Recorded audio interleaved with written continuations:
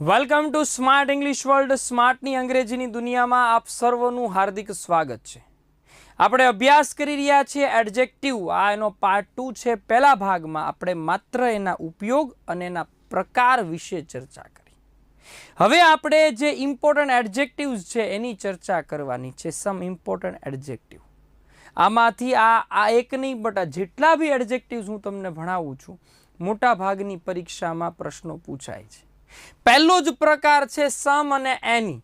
સમ અને એની વચ્ચેનો ડિફરન્સ આપણે સમજશું અને સાથે સાથે એના ઉપયોગ ક્યાં ક્યાં થઈ શકે એ સમજવાના છે. પહેલી વસ્તુ, સમ એટલે કોઈક, બરાબર, અને એની એટલે કોઈક, પણ પરંતુ બંનેનો ઉપયોગ જોવા જઈએ, બેનો ઉપયોગ તો ગુજરાતી તો એક જ થાય. એની એટલે કોઈક, સમ એટલે કોઈક, પણ બેનો ઉપયોગ જોવા જઈએ ને ત્યારે ઉપયોગમાં ડિફરન્શિએટ આવે. અલગ અલગ એના ઉપયોગ છે. કઈ રીતે એ આપણે સમજીએ કે સમનો ઉપયોગ હકાર વાક્યમાં, ધ્યાન આપજો ખાસ, સમનો ઉપયોગ હકાર વાક્યમાં બેની સાથે ગણી શકાય તેવા બહુવચન નામ, તમને કહું, ગણી શકાય એવા બહુવચન નામ, તમને કહું, ગણી શકાય એવા બહુવચન નામ અને ગણી ન શકાય તેવા એકવચન નામની સાથે થાય છે. પણ ક્યાં? હકાર વાક્ય. ગણી શકાય એવા બહુવચન હકાર વાક્ય, ગણી ન શકાય એવા એક વચન હકાર. હવે તમને એમ થાય આ ગણી શકાય, કારણ કે સમ એટલે કોઈક, એટલે એ તો હંમેશા હોવાનું બહુવચન, પણ જે ગણી નહીં શકાય એ તો બહુવચનમાં હશે નહીં. હું મિલ્ક કહું તો મિલ્ક તો કોઈ દિવસ એનું બહુવચન બનવાનું નથી. એક્ઝામ્પલ જોઈએ, આઈ હેવ સમ મિલ્ક. હકાર વાક્ય છે એટલે સમનો ઉપયોગ થાય કોઈકના અર્થમાં. આઈ હેવ સમ મિલ્ક, મારી પાસે થોડુંક મિલ્ક છે. સમ એટલે થોડું કઈ થાય, કોઈક થોડું કઈ થાય, બરાબર. You have some money. I have sum books. જો અહીંયા આગળ બુક્સ થઈ ગયું. આ ગણી ન શકાય એટલે એક વચન, ગણી ન શકાય એટલે એક વચન. ગણી શકાય એટલે અહીંયા આગળ થઈ ગયું બહુવચન, ગણી શકાય એટલે બહુવચન. સમ મિસ્ટર શર્મા, કોઈક શ્રીમાન શર્મા તમારી રાહ જોઈ રહ્યું છે. કોઈક, પણ વાત આ બધું ક્યાં છે?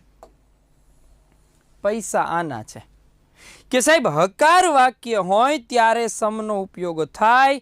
બહુવચન સાથે ગણી શકાય તો બહુવચન હોય, ગણી ન શકાય હોય તો એક વચન હોય. આ એનો પહેલો ઉપયોગ હતો. હકાર વાક્ય સાથે કોની વાત કરી? આપણે સમની વાત કરી. એના પછી આપણે સમજીએ, નેક્સ્ટ ચર્ચા કરીએ એની.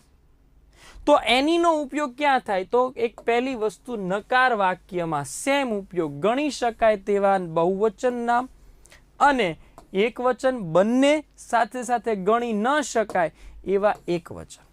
સમ કોઈ દી એક વચનમાં ન વપરાય, પણ એની એક વચનમાંય વપરાય, બહુવચનમાંય વપરાય. બહુ બધા વિદ્યાર્થીઓ ભૂલ કરે છે.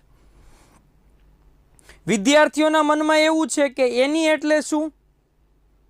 તો કે એ તો એક વચન સાથે જ આવે. નહીં, ફેર ખાલી વાક્યના પ્રકારનો છે. નકાર વાક્ય લ્યો છો ત્યારે આવે છે I don't have any pens. Pens હોય તો એની આવશે. નકાર વાક્ય છે. I don't have some pens કોઈ દી ન મુકાય. I don't have any pens જ આવશે. I don't have any pen એ પણ સાચું. પેન્સ અને પેન બે યાદ રાખજો, એક વચન છે અને બહુવચન છે. એક વચન હોય તો એની આવે ને બહુવચન હોય તો પણ એની જ આવશે. એવી રીતે હેવ યુ એની નોવેલ, એક વચન છે. He did not take any book, એક વચન છે. આઈ હેવન્ટ વોચ્ડ એની સિરિયલ, એક વચન છે. પણ મેઇન વસ્તુ શું છે કે વાક્યનો પ્રકાર છે સાહેબ. બધા વાક્યમાં તમે જુઓ, બધા વાક્ય જે છે એ નકાર, એટલે નકાર બનાવવાનો હોય ને ત્યારે એનીનો ઉપયોગ કરાય છે. હકાર વાક્યમાં કોનો ઉપયોગ થાય છે? સમનો ઉપયોગ થાય છે. યાદ રાખજો. એના પછી સમ અને એની બે. પ્રશ્ન વાક્યમાં તમે બે મૂકી શકો છો, બરાબર. Will you give some sugar? Will you give me some coffee? Have you any money? Have you some money? Will you give me any sugar? પણ will you give me some sugar આ asked question છે. શુગરની સાથે ગણી ન શકાય એવું નામ છે એટલે સમ આવે છે. સમ પ્રશ્ન પૂછાયેલો છે.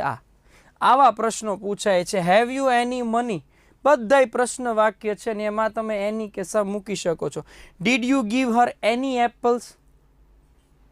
બરાબર, એટલે એની અને સમ જે છે એ બંનેનો ઉપયોગ અર્થ પ્રમાણે પ્રશ્ન વાક્યમાં તમે એનો ઉપયોગ કરી શકો છો. ખ્યાલ આવ્યો? તો સમ અને એની મેઇન વસ્તુ યાદ રાખજો. સમ જે છે એ માત્ર હકાર અને પ્રશ્નાર્થ, એની માત્ર નકાર અને પ્રશ્નાર્થ. બાકી અર્થ જોશો, ઓપ્શન જોશો એટલે તમને વધારે આઈડિયા આવી જશે, તમને ખ્યાલ આવી જશે કે શું આવશે. ઓકે, સો આઈ હોપ કે તમને સમ અને એની વચ્ચેનો જે ડિફરન્સ છે એ તમને ક્લિયર થઈ ગયો છે. મળીએ નવા એડજેક્ટિવ સાથે નવા લેક્ચરમાં. Till then take care, bye, જય હિન્દ, જય ભારત.